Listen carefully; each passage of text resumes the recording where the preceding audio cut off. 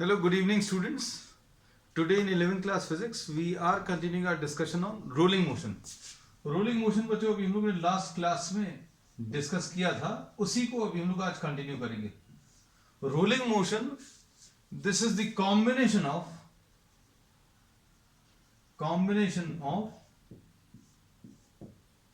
pure rotation and translatory motion.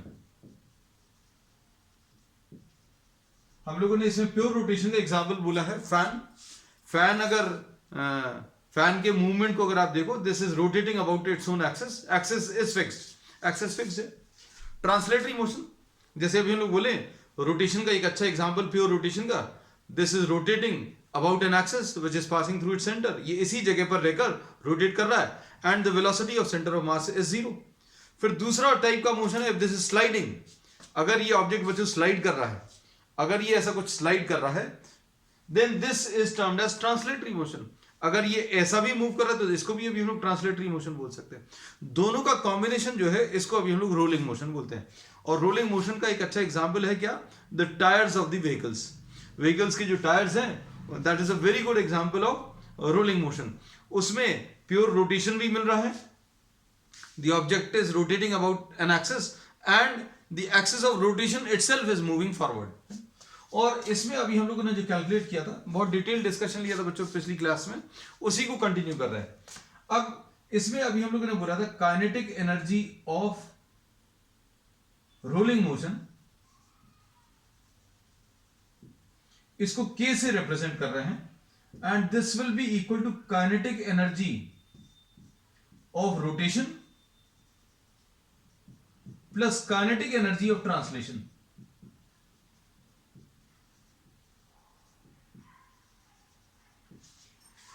अब rotation में kinetic energy का फॉर्मूला क्या है, half of I omega square. Rotational kinetic energy is half I omega square और translatory motion का half of M V square. So now will be writing down these as K is equal to K R plus K T and kr is half of I omega square and kt is what, half mv square. तो इसमें rolling motion को अगर आप देखें तो rolling motion में axis of rotation itself is moving in forward direction, it is performing translatory motion. और ये टायर है, ये अपनी एक्सिस के अबाउट रोटेट भी कर रहा है ना. तो इसमें दोनों टाइप के मोशंस का कॉम्बिनेशन है, प्योर रोटेशन और ट्रांसलेटरी मोशन. फिर इसमें अभी हम लोग ने जो डिस्कस किया था वो अब रिवाइज भी करा दे रहे हैं. Rolling of a ring, rolling of a ring में हम लोगों ने बताया था आई की वैल्यू रिंग के लिए, movement of inertia of a ring is what, m into r square. Movement of inertia of a ring का formula is m into r square. so kr will be equal to half of I omega square, which will be half of I की value कितनी है, mr square है, और omega की जगह v upon r का whole square ऐसा लिख सकते हैं. So this will be what, r square और r स्क्वायर कैंसिल होगा, ये हाफ mv स्क्वायर आ जाएगा. So this is the value of kr. अब उसके बाद kt की वैल्यू, तो kt की वैल्यू बच्चों किसी भी टाइप के ऑब्जेक्ट को रोल करने में kt की value half of mv square. Translatory motion में काइनेटिक एनर्जी का formula half of M V square है. So total kinetic energy in the rolling motion K will be equal to K R plus K T, और K R plus K T कितना आ जाएगा, half of M V square plus half of M V square. Solve करने पर ये कितना, M V square आएगा. और इसमें जो टर्म्स हमारे काम के हैं वो के आर अपॉन के कैलकुलेट करना है,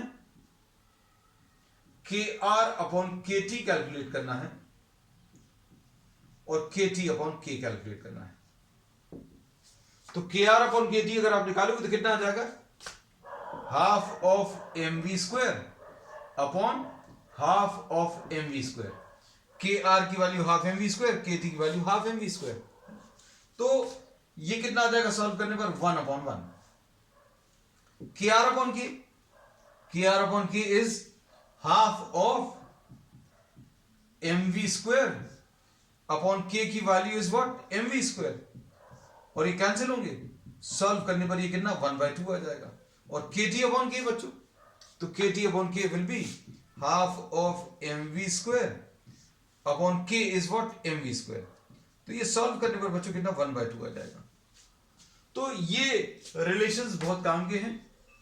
इसमें अभी हम लोग ये कहते हैं कि रिंग में रोटेशनल काइनेटिक एनर्जी और ट्रांसलेटरी काइनेटिक एनर्जी दोनों, अगर कोई रिंग रोल कर रही है, suppose if ring is rolling, अगर कोई रिंग रोल कर रही है, रिंग का ये एग्जांपल है, ये अगर रोल करके आगे बढ़ रही है तो रोटेशनल काइनेटिक एनर्जी और ट्रांसलेटरी काइनेटिक एनर्जी दोनों इक्वल होंगी और दोनों का रेशियो 1:1 होगा। और ये चीज टोटल काइनेटिक एनर्जी का कितना फ्रैक्शन है rotational kinetic energy, rotational kinetic energy is half of total kinetic energy. अगर कोई ऑब्जेक्ट, कोई रिंग रोल कर रहा है तो रोलिंग मोशन में, रोटेशन में जो काइनेटिक एनर्जी है वो टोटल काइनेटिक एनर्जी की हाफ है। ऐसी ट्रांसलेटरी मोशन में, ट्रांसलेटरी मोशन और रोटेशन में डिफरेंस अभी हम लोग बहुत डिटेल में पिछली क्लास में डिस्कस कर चुके हैं। अब kt अपॉन के, तो kt अपॉन के अगर देखें ये 1/2 आ रहा है, which will indicate that the fraction of total kinetic energy which is present in translatory motion is 1/2। मतलब अगर कोई रिंग रोल कर रही है तो रिंग के रोल करने में ट्रांसलेटरी मोशन में काइनेटिक एनर्जी इज 50% और half of the total kinetic energy है। और इसमें अभी हम लोगों ने याद रखने की एक सिंपल सी ट्रिक बताते हैं। ट्रिक क्या है कि आई के साथ जो नंबर है, आई में mr स्क्वायर के साथ जो नंबर है वो kr अपॉन kt में आएगा। kr अपॉन kt का जो आंसर आता है that is the same number which is with I, the coefficient of mr square in I. I में mr स्क्वायर का जो कोएफिशिएंट है वो kr अपॉन kt आता है। ठीक, ये ट्रिक याद रखना। और फिर अभी हम लोग क्या बोलेंगे, अगर आपको kr अपॉन k निकालना है तो kr में ऊपर 1 लिखा हुआ है, 1 लिख लिया, और टोटल मतलब दोनों का टोटल 1 + 1 2 नीचे लिखा हुआ। फिर kt अपॉन k अगर निकालना तो kt अपॉन k निकालने में तो kt के लिए नंबर क्या लिखा हुआ 1, तो ये 1 लिख लिया। नीचे क्या है k मतलब दोनों का टोटल, तो दोनों का total 1 + 1 2। This is the trick how will try to write down what kr upon kt, kr upon k और kt upon k for different cases. तो ये क्या था बच्चों, रोलिंग ऑफ अ रिंग। अब हम लोग इसमें ले रहे हैं next case, rolling of a disc. Next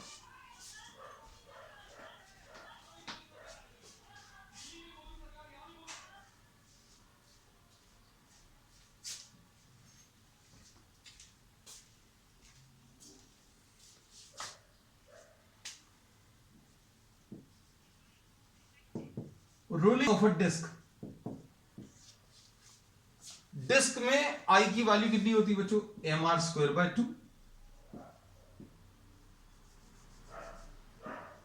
mr square by 2 ये फॉर्मूला है।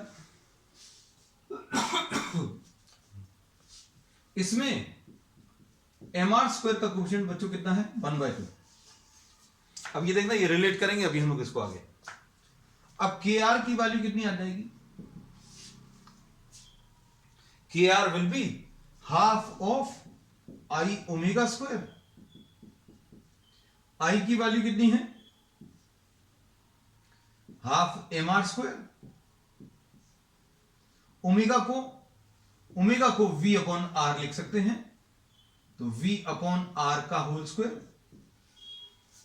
यहां पर भी लिखा हुआ था अभी हम लोगों ने, ओमेगा को v अपॉन r। अब इसमें r स्क्वायर और r स्क्वायर कैंसिल होगा, तो ये कितना आ जाएगा 1/4 mv square. This is kr। और kt की वैल्यू कितनी आ जाएगी बच्चों, तो kt की वैल्यू ये कहीं पर भी चेंज नहीं हुई, सभी जगह सेम रहेगी। अब देखो total kinetic energy kr plus kt, kr कितना है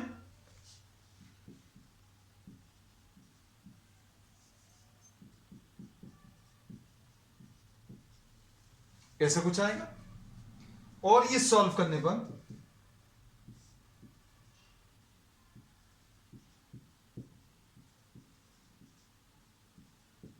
यह आ जाएगा 3mv²/4। अब इसमें kr/kt अगर आप निकालो, kr/kt देखो जरा, kr/kt कितना आ जाएगा, 1/4mv² upon half mv², 2/4। kr/kt का वो ही आंसर आएगा जो mr² का कोएफिशिएंट है। mr² के साथ 1/2 है आई में, आई के रिलेशन में mr² का के साथ जो नंबर लिखा हुआ है वही आंसर kr/kt में आता है। This is the trick. अब इसके बाद नेक्स्ट पार्ट,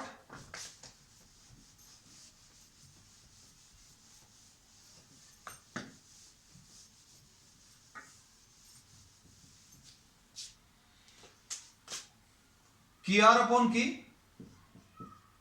ये क्या मिल जाएगा, kr/k 1/4mv² upon k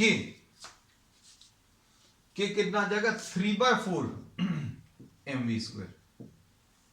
kr की वैल्यू 1/4mv² और k की वैल्यू 3/4mv²। ये कैंसिल होगा, ये 1/4 इंटू 4/3, सो आंसर इज 1/3। और kT/k बच्चों, translatory kinetic energy 1/2mv² upon k की वैल्यू 3/4mv²। सॉल्व करने पर ये कितना आ जाएगा, 4/3 इंटू 1/2 यानी 2/3। इसकी भी ट्रिक अभी हमने बताई थी। ट्रिक क्या है, kr/kt डायरेक्टली लिख लो। कैसे लिखोगे, mr² के साथ 1/2 है, लो लिख लिया, ये आंसर आ गया। अब kr/k अगर निकालना है तो कैसे निकालोगे, kr वाला नंबर 1 है, लिख लिया, नीचे k है, इन दोनों का टोटल 1 + 2, तो 1 + 2 is what, 3। So this is how we write down what kr/k। अब उसके बाद बच्चों नेक्स्ट क्या है,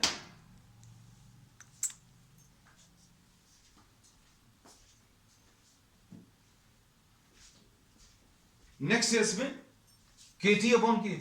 तो kT/k कैसे निकालोगे, kT/k, तो kT वाला नंबर कितना है, 2 है, और नीचे दोनों का टोटल 2 + 1 ये 3 आ जाएगा। So this is the answer. तो ये rolling motion of a disc आ गया। अब इसके बाद नेक्स्ट है इसमें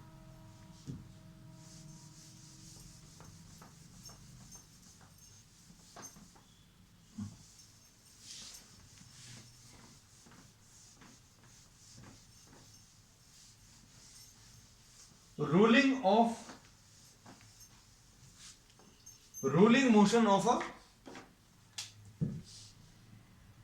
solid sphere।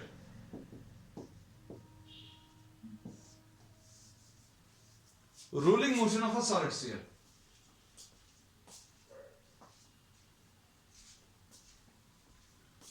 अब rolling motion of a solid sphere में आई की वैल्यू बच्चों कितनी होती है, 2/5 mr²।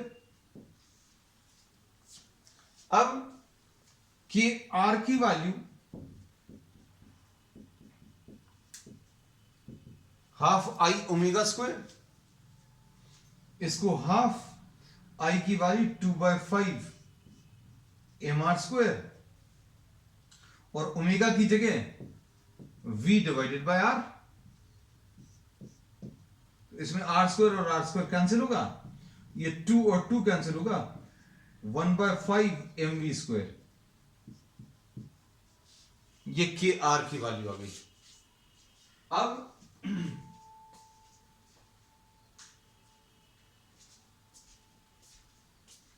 kT की वैल्यू कितनी आ जाएगी बच्चों,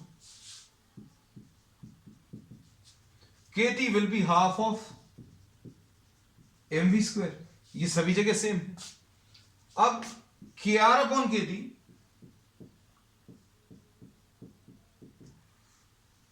will be 1/5 mv square upon kt is half of mv square.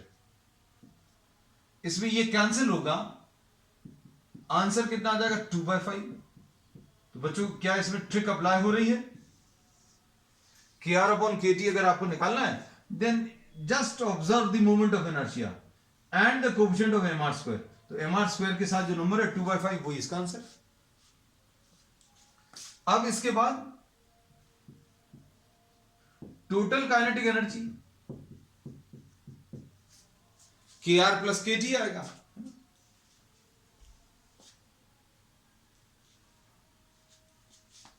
अब kr कितना है बच्चों? kr is 1/5 mv square and kt कितना है? Half mv square. तो इसका एलसीएम 10 आ गया, ये 2 mv square आया और इधर पर कितना आएगा? 5 mv square. तो ये आ जाएगा 7/10 mv square. ये के. अब इसके बाद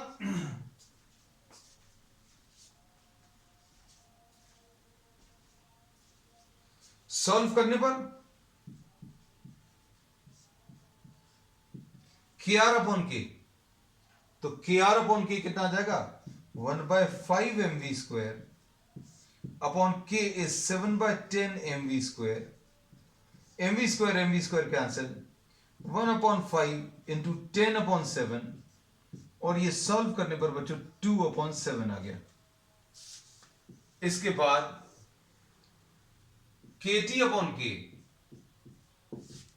ये रेशो ये कितना आएगा? kt अपॉन k देखो, half mv square upon k की वैल्यू 7/10 mv स्क्वायर, 1/2 इंटू 10/7, ये 5/7 आ गया.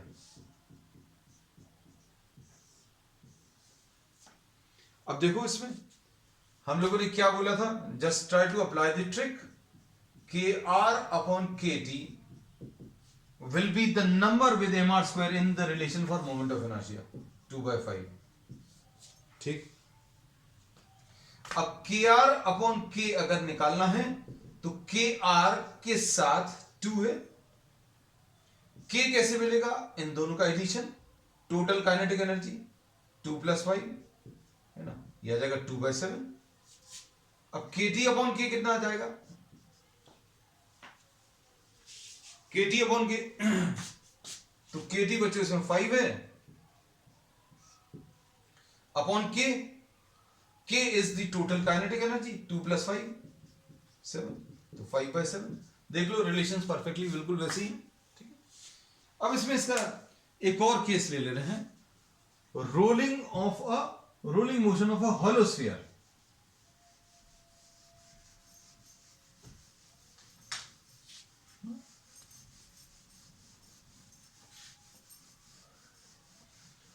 रिंग का और हॉलो सिलेंडर का बच्चों रिजल्ट सिमिलर रहता है. कहीं पर अगर आपको क्वेश्चन में मिल जाए हॉलो सिलेंडर, तो हॉलो सिलेंडर के जो रिजल्ट्स आएंगे इस केस में वो परफेक्टली सेम आएंगे रिंग के. तो अगर रोलिंग ऑफ अ रिंग दिया है तो इसमें हेडिंग में भी आप हॉलो सिलेंडर भी यूज कर सकते हैं. और रोलिंग ऑफ डिस्क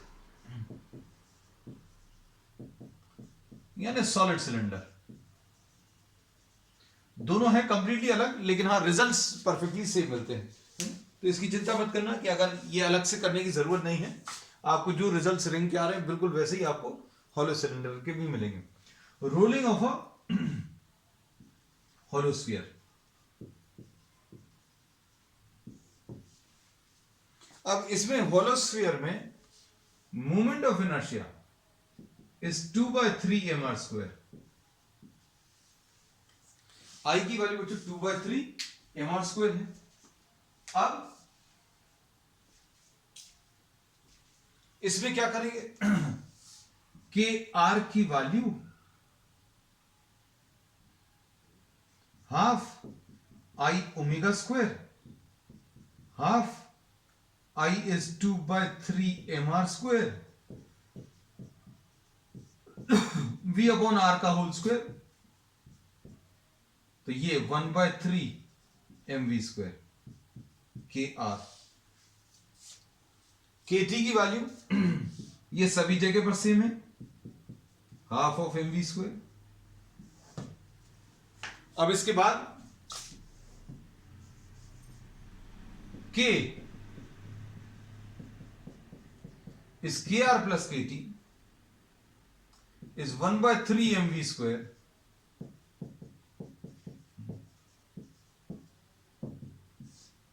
सिक्स इसका एलसीएम है,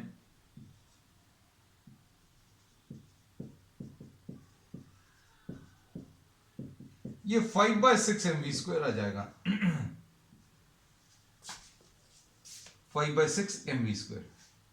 अब के आर अपॉन के टी देखो, ये कितना आ जाएगा 1/3 mv square upon half mv square,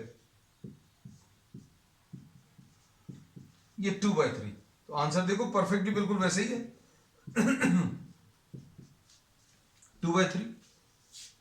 अब इसके बाद के आर अपॉन के आर कितना है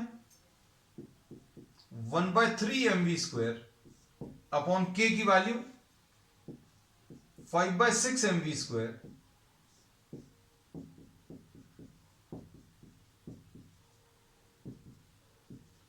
टू बाई 5 आ जाएगा। उसके बाद के टी अपॉन के में क्या आ जाएगा, के टी अपॉन के is what half of mv square upon के की वैल्यू इज 5/6 mv स्क्वायर, तो ये आ जाएगा 1/2 इंटू 6/5, तो ये 3/5 आ जाएगा। And in this case also we'll try to see whether the trick is applying और नॉट। जैसे K R upon K T अगर आपको चाहिए है, K R upon K T is the number और the coefficient of M R square with I, I में M R square के साथ जो नंबर है वो 2/3 ऐसा कुछ है। अब इसके बाद के आर अपॉन के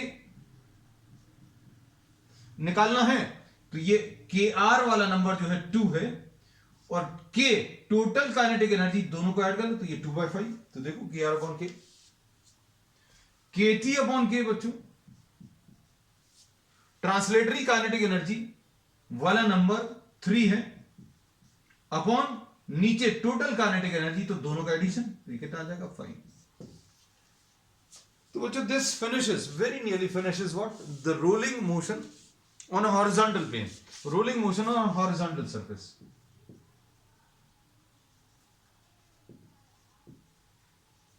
अब हम लोग नेक्स्ट टर्न पर बच्चों rolling motion of all these objects on an inclined plane discuss करने वाले हैं। तो आज के लिए इतना ही, will continue with rolling motion on an inclined plane on the next turn. That's all for today.